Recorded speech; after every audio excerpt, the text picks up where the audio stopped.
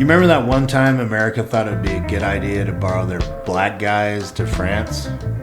Today we're going to see how that worked out.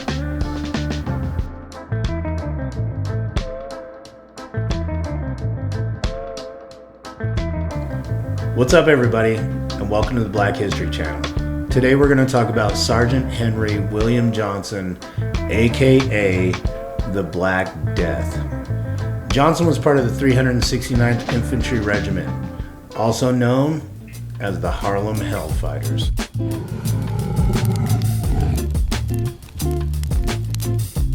Johnson was born July 15, 1892 in Winston-Salem, North Carolina.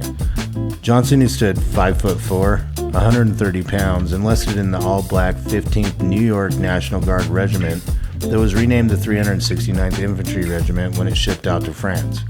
They were poorly trained and mostly used for labor, unloading ships, and digging latrines.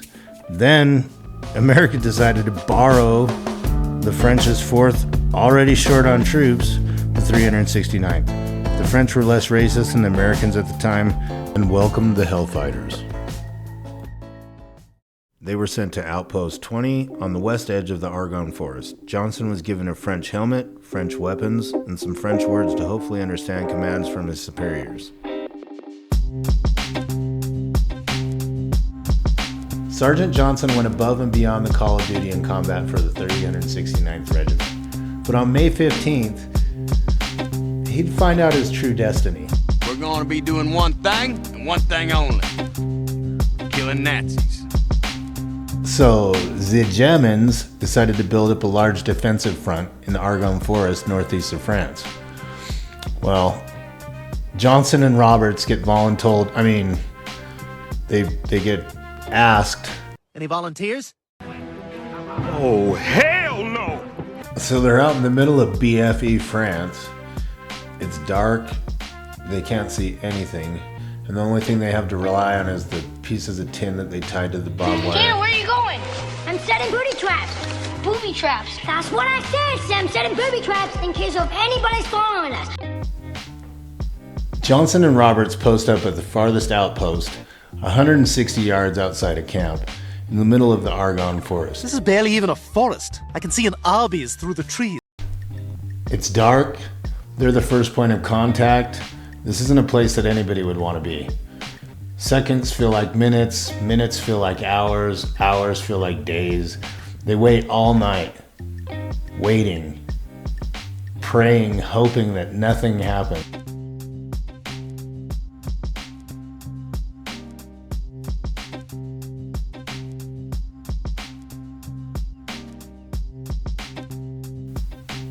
But then they hear voices off in the distance.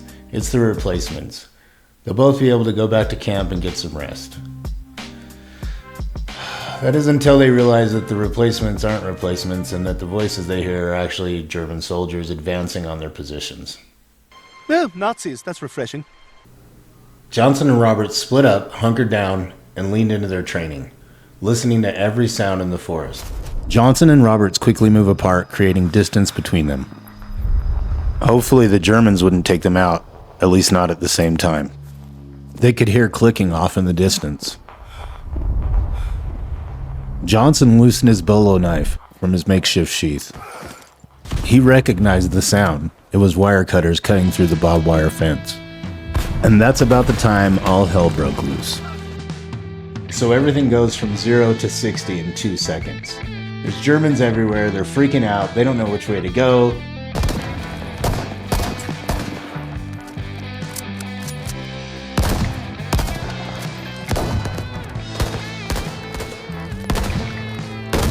Everything's exploding, shots are ringing off, bullets are whizzing by their heads. Johnson loses track of Roberts.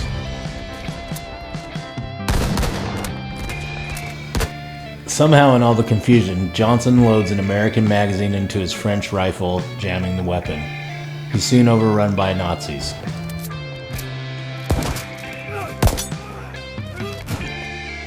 Johnson's hemmed up, he's got soldiers all around. One of the Germans has his arm around his neck. And then he remembers the bolo knife.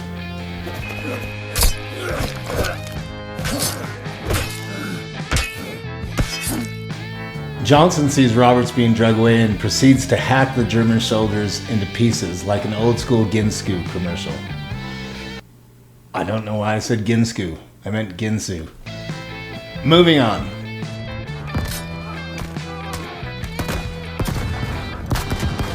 Johnson kills 4 and wounds 12 before the troops show up due to the sounds of battle.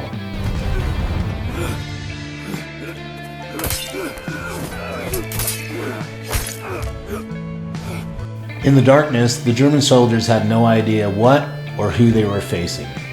They just knew that they were being hacked to pieces. And anybody that showed up was gonna join Lemley in the hell of being cut to pieces. Hell of being what? Chinese have a lot of hells. And would soon find out that it was compliments of the Black Death.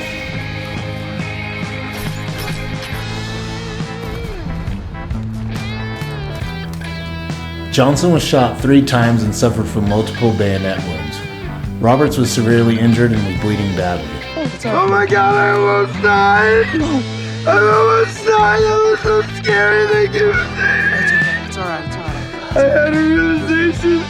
I've been alive for 24 years and I haven't even done anything with my life. Don't say that, come on. I haven't done anything. Come on. I've never even jet skied off a waterfall. No. The cavalry shows up and the Germans retreat. Johnson and Roberts are safe.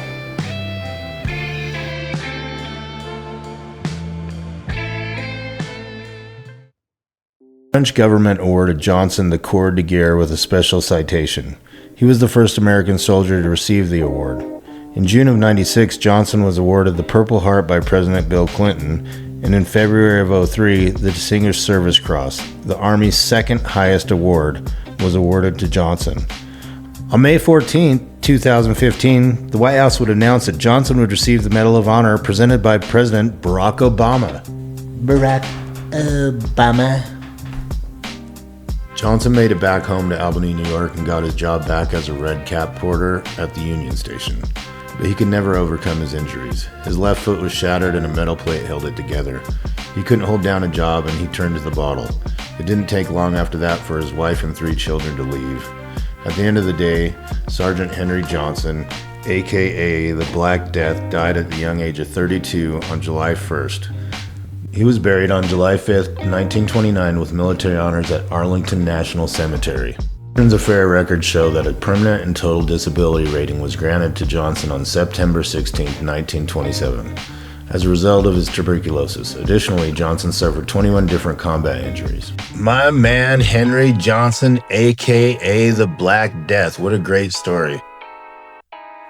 It amazes me how far we've come as a society.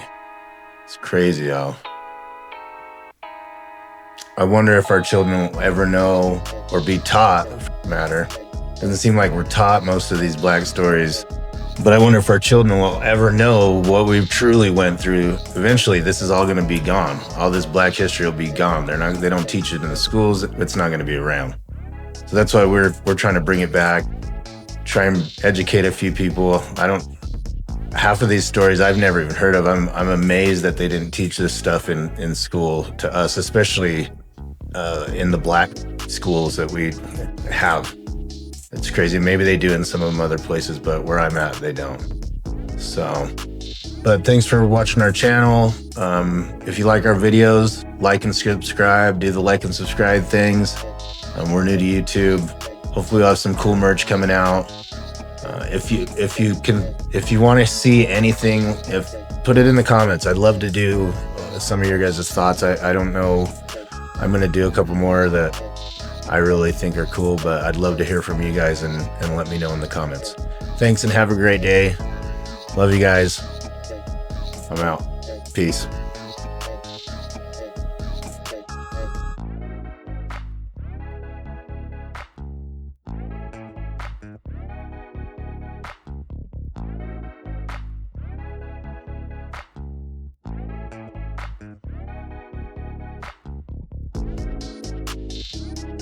Oh, so real quick, by the way, this flag is really important to me. This is my great-grandfather's flag. He hung it in his yard every single day after he retired from the military. So it's really special, and I just wanted to put that out to you guys. Thanks again. Thanks for liking the channel. Appreciate you guys. Love you. Peace.